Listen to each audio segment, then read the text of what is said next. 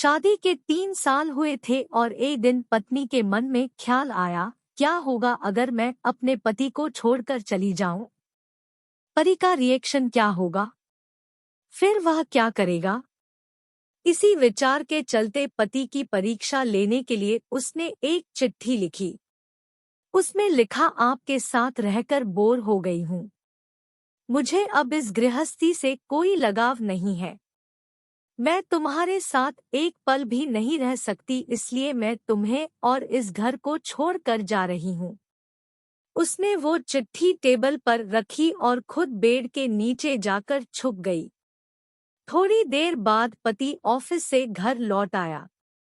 उसे घर में अपनी पत्नी कहीं नहीं दिखी। फिर उसकी नजर टेबल पर रखी चिट्ठी पर पड़ी। चिट्ठी को उठाकर उसने पढ़ी।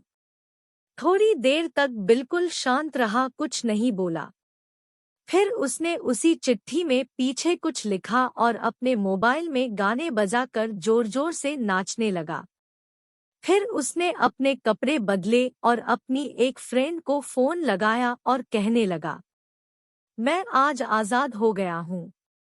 मेरी बीवी को आखिरकार ये एहसास हो गया कि वह मेरे काबिल नहीं है, इसलिए वह खुद ही मुझे छोड़कर हमेशा के लिए चली गई है और मैं अब आजाद हो गया हूँ।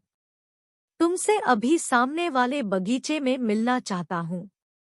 फटाफट वहां आकर मुझे मिलो। ऐसा कहकर पति घर के बाहर निकल गया। दोनों आंखों में आंसू की धारा लिए पत्नी बेड के नीचे से बाहर निकली। उसके हाथ थर-थर कांप रहे थे।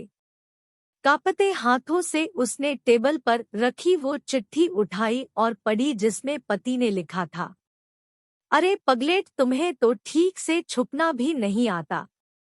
बेड के नीचे से तुम्हारे पैर दिख रहे हैं। तुम जल्दी से गर्मा गर्म चाय बनाओ, मैं सामने के दुकान से बिस्किट लेकर आता हूँ। मेरे जीवन में खुशी तुम्हारे आने से है। आधी खुशी तुझे सताने में है और आधी तुझे मनाने में। आखिर लास्ट में तो हम दोनों ही साथ रहेंगे ना। कभी हम झगड़े, एक दूसरे की टांग खींचे, एक दूसरे को बुरा भला कहे, फिर भी एक दूसरे पर दादागिरी करने के लिए लास्ट में तो हम दोनों ही रहेंगे ना। जो बोलना है बोलो, जो करना है करो। जब चश्मे गुम जाएंगे तब एक दूसरे के चश्मे ढूंढने के लिए लास्ट में तो हम दोनों ही रहेंगे ना।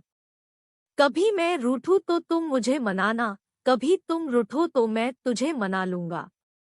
एक दूसरे को लाड लड़ाने के लिए आखिर में तो हम दोनों ही होंगे ना।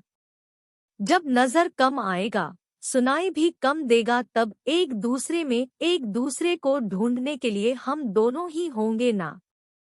जब घुटनों में दर्द बढ़ जाएगा, कहीं आना जाना भी बंद हो जाएगा, तब एक दूसरे के नाखून काटने के लिए तो हम दोनों ही होंगे ना। मेरे रिपोर्ट तो बिल्कुल क्लियर है, आई एम ऑल राइट बोलकर एक दूसरे को चिढ़ाने के लिए आखिर तो हम दोनों ही होंगे ना।